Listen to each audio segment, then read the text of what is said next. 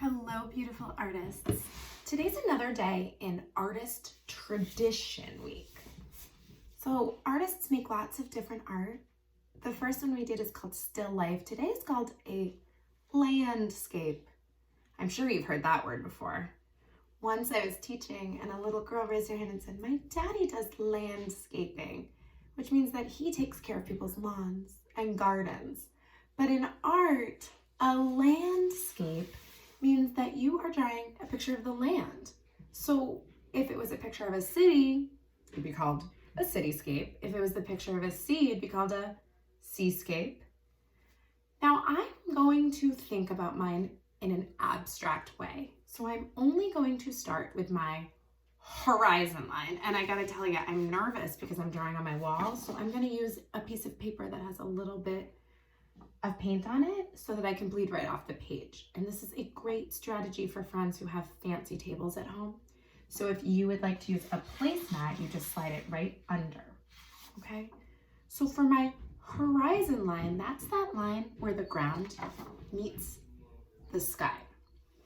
That space where the ground meets the sky could be a zigzag line. If I chose that, it would be a mountainscape. Let's see. Oops, this is falling. Okay, let's try again.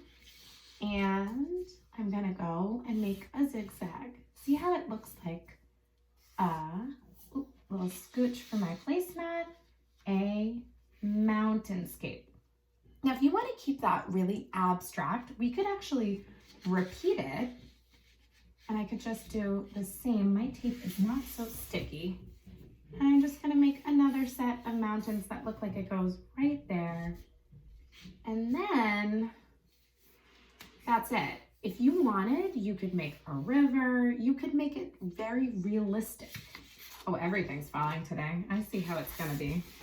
Okay, let's stick with this one. Let's get you a little scooch closer. Okay, friends.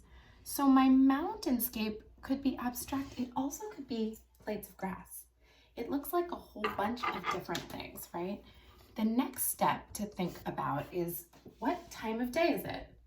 What is the weather? So for me, I'm going to make a circle, and that could be the moon. Oops. Mistakes are great. They help us grow. They teach us what we need to know. You know what I need to know? Where's my easel? What is happening? Okay, so if I made this the moon, then I would make lots of little stars maybe, or maybe it's like a rainy night and I'd add rain. And if it was the sun, you know what I would not do is that, you know what I say? I say it's like black spaghetti. So instead I could either double it, or I could have it go behind. I'm really not bleeding off the page because I don't have my placemat. So actually let's bring that right off the page. And then I can sort of go around and make my sun rays. Now, why are they so straight? Could I have some that are a little wiggly? Yeah. So that's one way to set up my beautiful landscape. That is the land, a mountainscape. Pretty cool. Looking good. And the next step would be to add color, right? So if I'm adding color, I can always just sort of like paint however I want or add color however I want. The other option is I could divide the colors, right? So we talk a lot about warms and cools. That's fun. I could also do unexpected colors. There were a whole group of artists who did that called the fauves. Fauve in French means the wild beasts. It was called fauvism. So you could do that where you're saying like, hey, I'm gonna make these mountains red. I haven't really seen red mountains, that's cool. Or I'm gonna make the sun green. That's very unexpected. Look at that. Well, that did not come out green. You know why? Because I did not clean my brush, right? So when red and green, they're across the street neighbors, when they mix together, what do they make? Yeah, you saw it. They make brown.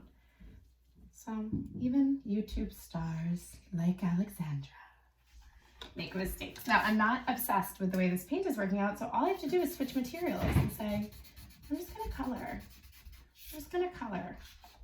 Should we try one more because this one is feeling very angry? Okay, let's try one more. And this time I am gonna make a cityscape.